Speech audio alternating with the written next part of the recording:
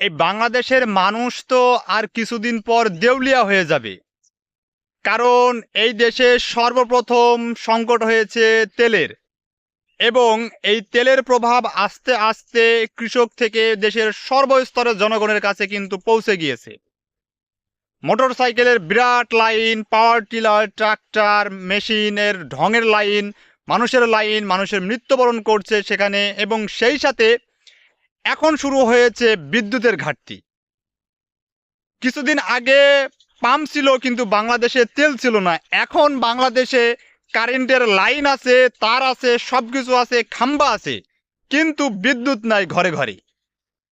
এখন যে বিষয়টি হচ্ছে, এই যে দুই দিকে যে বিষয়টি পর্যায়ক্রমে ভাবে জনগণের উপর প্রভাব পড়তে শুরু করেছে, এখন এটা আর কয়েকদিন পর মানুষের রিজিকের উপরে নির্ভর করবে।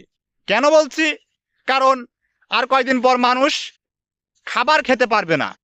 কারণ ফসল তৈরি করতে তেলের কারণে পারেনি, এবং কিছুদিন যাবৎ মানুষ তেলের সংকট যদিও ছিল কোনোভাবে কাটিয়ে ওঠার চেষ্টা করছিল যেভাবেই হোক, কিন্তু এখন সমস্যাটি চলে গেছে বিদ্যুতের দিকে। এখন এই যে কারেন্ট, বাংলাদেশে একটা ঘাটতি তৈরি হয়ে যাচ্ছে তেল এবং কারেন্ট, যেটা বাংলাদেশে যদি না থাকা যায় তাহলে কিন্তু বাংলাদেশ একদম অচল। তো এই দুইটা বিষয় বাংলাদেশের জনগণকে কিন্তু একটা বিরাট ভোগান্তির ভিতরে ফেলে দিয়েছে।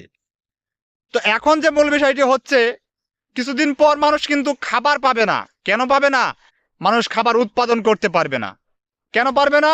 বর্তমানের মানুষ কিন্তু আধুনিক প্রযুক্তিতে বিশ্বাসী, আর আধুনিক প্রযুক্তি তেল এবং কারেন্ট দুটোই অচল করে দিচ্ছে না থাকার কারণে। তো এখন যে বিষয়টি হবে, মানুষ কয়েকদিন পরে না খেয়ে ছটফট করবে।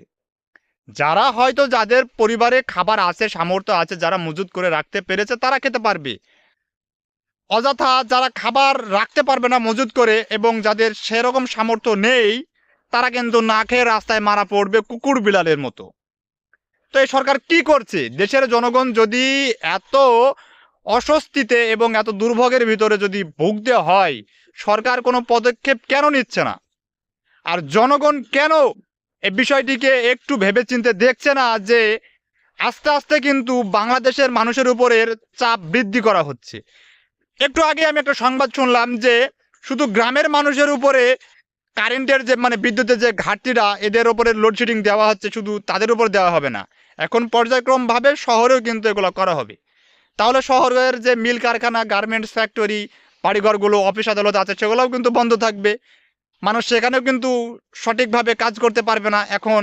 তো সেখানেও যে একটা ঘাটতি তৈরি হয়ে যাচ্ছে, তাহলে মানুষ তো তাদের নিত্য প্রয়োজনীয় দিনের যে কাজগুলো কিন্তু করতে পারবে না।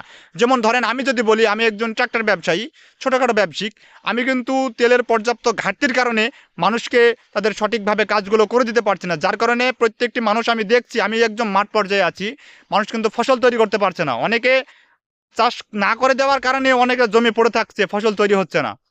অনেকে হয়তো ভাবতেছে যে চাষ করবে, কৃষিকাজ করবে, ফসল চাষ করার পরে হয়তো পাট ধান করছে, কিন্তু তারা যে পরবর্তীতে তেল কিনে যে ফসল তৈরি করবে সেটা সেচ দেবে কিভাবে? এটা কিন্তু কোনোভাবে সম্ভব হচ্ছে না। তো এই যে মানুষের ভিতরে একটা হতাশা সৃষ্টি হচ্ছে, এটা কিন্তু মানুষকে আরো ক্ষতির দিকে নিয়ে যাচ্ছে। বাংলাদেশের জনগণ কিন্তু আরো ক্ষতিগ্রস্ত হবে।